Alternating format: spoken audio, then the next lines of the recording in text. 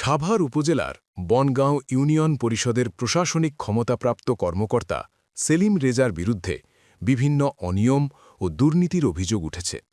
স্থানীয়দের দাবি, সরকারি নিয়মকানুন উপেক্ষা করে তিনি নিজের ইচ্ছামতো অফিস পরিচালনা করছেন এবং অনেক সময় অফিসে অনুপস্থিত থাকেন।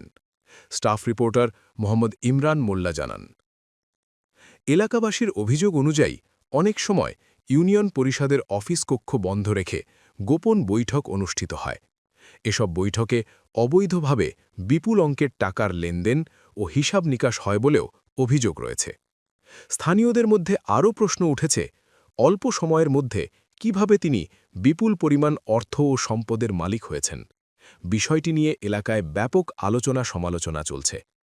এলাকার কয়েকজন রাজনৈতিক ব্যক্তিত্ব জানান, ইউনিয়ন পরিষদের বিভিন্ন কার্যক্রমে অনিয়ম ও অর্থ দুর্নীতির অভিযোগ সম্পর্কে জানতে চাইলে প্রশাসনিক কর্মকর্তা সেলিম রেজার সঙ্গে যোগাযোগ করা কঠিন হয়ে পড়ে। অনেক সময় তিনি অফিসে উপস্থিত থাকেন না কিংবা এই বিষয়ে কোনো মন্তব্য করতে চান না বলেও অভিযোগ রয়েছে।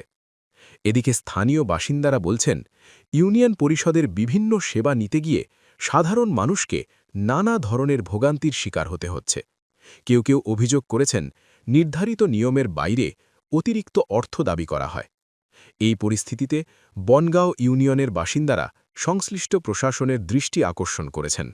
তারা দাবি করেছেন, প্রশাসনিক কর্মকর্তা সেলিম রেজার বিরুদ্ধে ওঠা অভিযোগগুলো সুষ্ঠু ও নিরপেক্ষ তদন্তের মাধ্যমে যাচাই করা হোক।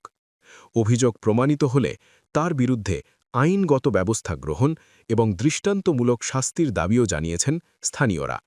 সচেতন মহলের মতে, দ্রুত তদন্তের মাধ্যমে প্রকৃত সত্য উদ্ঘাটন হলে সাধারণ মানুষের আস্থা ফিরবে।